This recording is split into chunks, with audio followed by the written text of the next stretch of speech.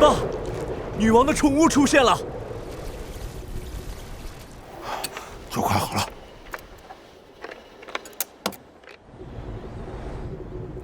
再过3个路口就到这里了。王叔，快逃吧！好啊！成功了！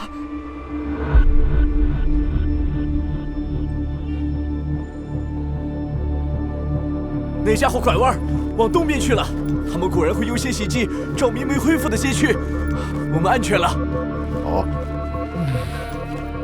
王叔，你简直是我们的英雄！安全只是暂时的，人造太阳要收集上万人的生命，才能满足1晚上的照明。如果那些街区没有足够的人，他们还会再来的。啊，那怎么办？也许我们应该像拉丁区的人一样，封锁街口，不允许没照明街区的人逃进来。那样做会不会太……我不会反对你们封锁街区，人类可以为了保住自己的性命，使用各种手段，没什么不对。但明天一早，我就会去隔壁的日本人街区，帮他们恢复照明。爸，只要这座城市1天不完全恢复照明，女王就不会有安全感，那些吸血的小太阳的猎杀就不会停止。保护自己街区，不让外人进入，把其他人当作祭品，替自己去死，那就叫苟且偷生。既然我们曾经选择了反抗女王，就应该准备好付出相应的代价。其实，我们可以逃走啊！没用的，听说逃出城的人都莫名其妙的返回来了。我们都成了被女王圈养起来的羔羊。等着被他的宠物吃掉。我听说反抗组织的人都被白海突击队杀光了，真的一点希望都没有。从我们决定让城市陷入黑暗的那一刻开始，在女王眼中，这里所有人都成了反抗组织的一员。早知道就不应该。现在讨论对错没有意义。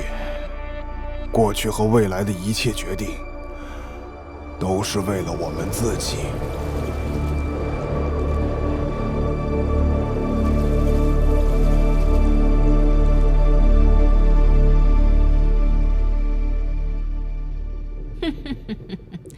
现在，只要你们为我做一件事，我就可以让艾琳拥有自己的身体。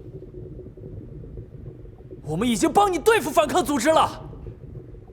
放心，我会信守我的承诺，但我的能力是有局限性的。想要让艾琳恢复身体，还缺少一个前提条件。说吧，你到底想要我们做什么？哼。你觉得这具身体美吗？美。把脸扭到一边去了。如果我现在把这具身体给你，1年之后它就会出问题。你应该有能力制造出一具健康的身体。没错，但是艾琳的灵魂并不完整。把不完整的灵魂注入到这具身体，1年之后，她的器官就会开始衰竭。不过在那之前，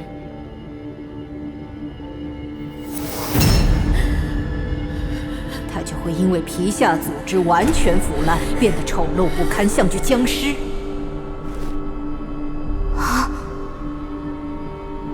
走到哪里都会伴随挥之不去的尸臭。自杀就是她对自己最大的仁慈。到时候，请你再为他制造一具新的身体，我可以做你的手下，为你做任何事，永远对你效忠。哼，没用的，残缺的灵魂每一次被转移，都会进一步削弱。下一具身体大概只能保存半年，再下一具身体可能只有1个月的保鲜期，最多更换5次，新的身体就会像普通尸体一样，没几天就会腐烂。为什么会这样？为什么不完整的灵魂会造成这样的结果？有些问题不知道你们有没有思考过。既然分解者了解了某样事物的本质，就可以通过核阵分解它。那么理论上，只要分解者掌握一定的生理知识，面对任何人都可以通过分解重组对方身体的方式来杀死对方。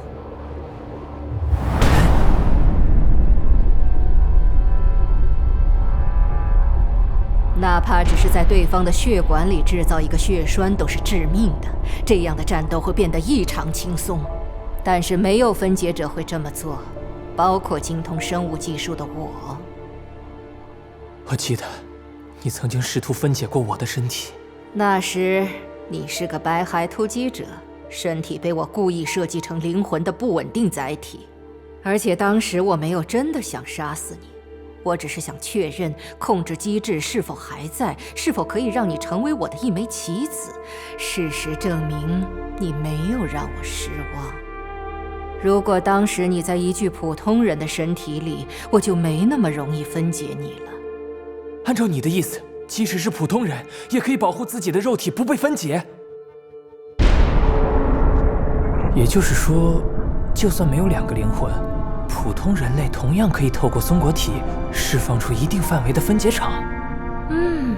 聪明。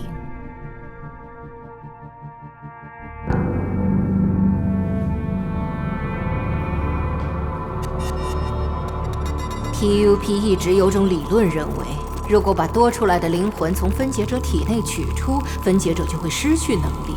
我用实验证明了这个理论是正确的。所以无论如何，一个灵魂透过松果体释放出的分解场都可以作用于单一人体，而且只能作用于单一人体。想要将分解场释放出体外，拥有1个以上灵魂是先决条件。第2个条件是松果体的屏蔽层必须被破坏，才能为分解场提供足够的能量。对于艾琳来说，不完整的灵魂意味着分解场甚至无法遍及全身，她无法像普通人一样抵御分解者的攻击，而且她的身体会因此误认为自己已经死亡，慢慢坏死。想要解决这个问题，唯一的办法就是重组艾琳的灵魂。但是在这个世界上已知的分解者中，根本就没有人懂得分解灵魂。那可不一定。事实上，眼前就有1个人可以做到。你？不是我，是你。没错，我的灵魂之所以不完整，就是因为被你分解融合了呀。但是我怎么可能去分解我并不了解的东西？这也是我百思不解的地方。还有，你的生理学和生物学成绩都很差，为什么可以轻易分解重组自己的身体？你的能力有2个特点让我很感兴趣。第一，你可以分解你并不了解的东西；第2，你的分解场半径为0。这很难以理解吗？因为我很弱啊。这根本不是能用强弱去解释的。那要怎么去解释？关于第2点，最符合逻辑的解释就是，你根本就不是一个分解者。虽然你的体内有2个灵魂，但是真正发挥作用的其实只有1个。为什么？理由很简单，因为在你的分解场内，艾琳的灵魂并没有被当作一个灵魂，而你的灵魂被转移到白骸突击者身上后，也不是因为融合艾琳的灵魂才具备分解重组自身能力的。我好像明白了些什么。我完全被绕糊涂了。再问你们一个问题，你们有没有思考过这个世界的本质？世界的本质。艾琳，那一刻，我感受到了艾琳灵魂的震动。自从他的灵魂进入我的身体以来，这还是第一次。其实，在那之前，即使经常和艾琳的灵魂对话，我也会有种不真实的感觉。有时我甚至会怀疑，艾琳可能真的已经死了。在我体内的那个所谓艾琳的灵魂，其实只是我想象出来的、分裂出来的第二人格。然而，在白昼女王提起世界本质的那一刻，我真真切切地感受到了艾琳灵魂的存在，感受到了她的颤抖，她的震惊，她的恍然大悟。关于这个世界的本质，她到底知道些什么？所谓世界的本质，不单单是某样具体事物的本质，也不是指空间、时间这类抽象概念的本质，而是所有一切的共同本质。将所有一切事物都包含在内的单一的、直接的概念，拥有了对这种概念的理解，我们就可以分解一切事物。你的意思该不会是说，因为我知道世界的本质，所以对于我来说，艾琳的灵魂和其他物质没有什么不同，在我体内，它只是一种可以被分解的对象，起不到第二个灵魂的作用。虽然听起来很疯狂，但合情合理，不是吗？他说的对，正是因为这个原因，凯伦，你可能永远都成不了真正的分解者。但是，如果你把世界的本质告诉女王，只要你把你对这个世界的理解详细的讲给我听，我就可以掌握分解重组一切的能力，把艾琳的灵魂补充完整，也轻而易举。而女王自己，要么跟你一样变成只能分解自己的废物，要么就会成为这个世界上最强大的分解者。就算是崛起者哈登、云端的凯撒、不死者金、黑暗夏娃这些名声显赫的最强分解者，都将被白昼女王踩在脚下，没有任何反抗的机会。白昼女王会成为这个世界的真神，真正的赫莫拉女神。女王，如果我不告诉你呢？当然，我还会信守承诺。还有第二个办法可以救艾琳。啊，什么办法？再制造一台创世。